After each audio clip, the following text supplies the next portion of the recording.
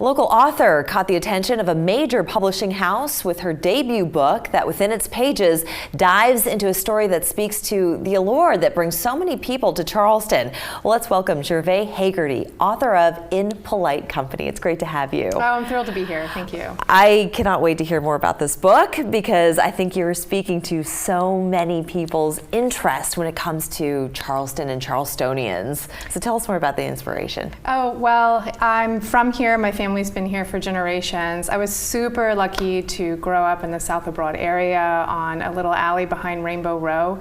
You're supposed to write what you know, and this is what I know, and it is what I want to share, and it's been really fun to get a lot of great feedback. Charleston is a jewel, and people want to discover it, uncover it.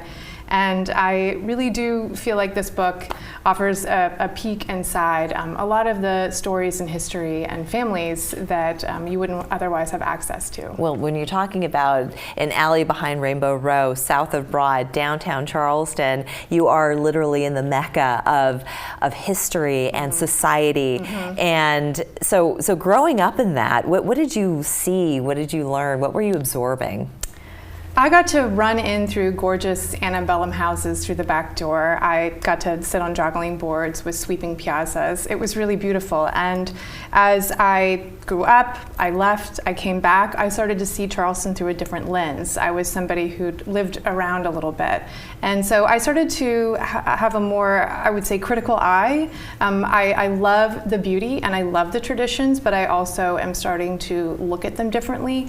And I explore a lot of that in this novel. I mean, everything, you'll get to go to debutante balls, you will go into the good old boy clubs that are still around today. And so for people who've been here for a while and newcomers, I think it would be really interesting because it just offers a peek inside that you probably wouldn't normally have. How many names that you came across over the course of your childhood that are on streets all up and down the peninsula? Oh, so many. Yeah. And then we also, I have the name of a street too, so that's it's pretty funny. Mine's in Columbia, but yeah. And then we also just name our children the last names, our first names. That's another big tradition. So do you have a Hagerty in your family? Well, no, but Gervais was the last name. And then Simmons, my main character, is another last name. And that's just very much one of the, fun traditions that are around here. Now I have to ask you, Gervais, that is French.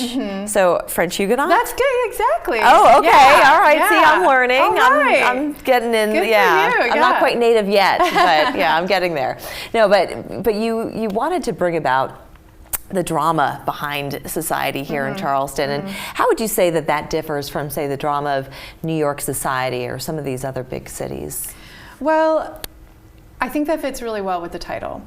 We are in polite company, and I do appreciate that even when you might not agree with your family or the traditions, and I've always felt, a little bit of a misfit. I'm always kind of, hey, what?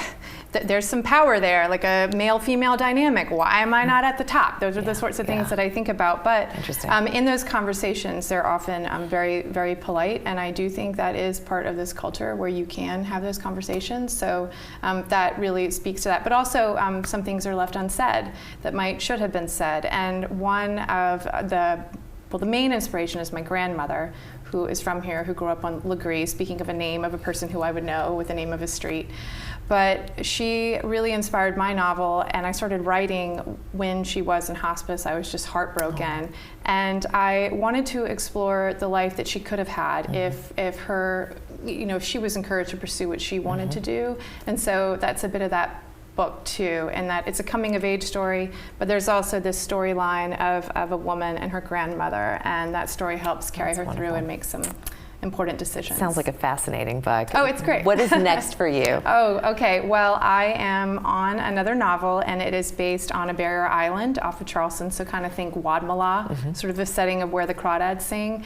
It's a multi-generational family. I'm thinking they're going to be the Ravenels, and each character in that novel has to decide if their deeply held personal secrets are better left unsaid. Oh, I love that. Oh, sounds like a wonderful start to a fantastic future and career for you. That's wonderful. I want to thank you so much for joining us. Oh, my pleasure. Love your book. We're back after this.